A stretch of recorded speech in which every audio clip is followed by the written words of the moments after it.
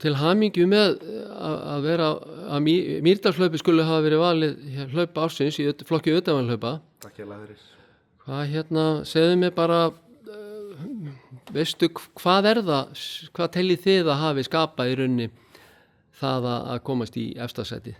Ég held sko, fyrsta lagi þetta náttúrulega stórkostleg hlaupaleið, stórkostleg náttúra í Mýrdalum.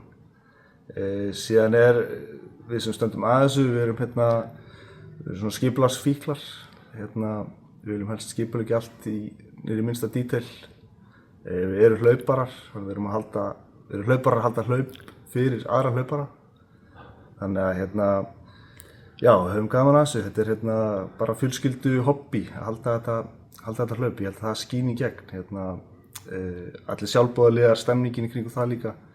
Þannig að svo skemmt ekki fyrir núna á síðasta ári veðrið sem var algjörlega frábært.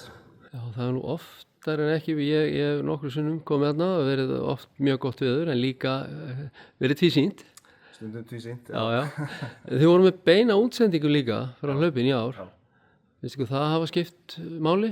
Það var mjög skemmtilegt og lukkaðist mjög vel. Og ég veit að það voru margir sem voru spenntir með teima sem komust ekki í hlaupið að fylgjast með útsendingunni.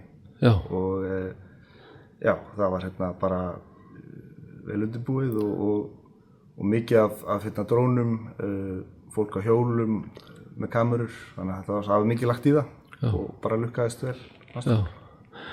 Eitthvað nýtt sem að þið eruð að hugsa einhver nýbreytni eða eitthvað, eða verður hlaupið bara á þessum stað núna í einhver tíma, ég meina með þeim árangri sem þið hafið náð svo sem?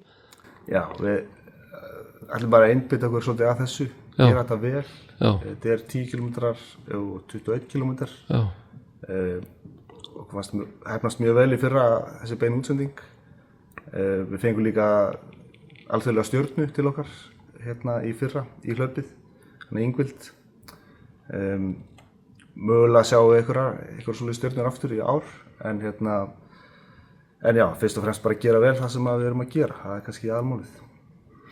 Herru, frábært. Gaman að heyra og enn og aftur til hamingju með flotta framkvæmd í hlaupinu. Takk hérlega fyrir okkur.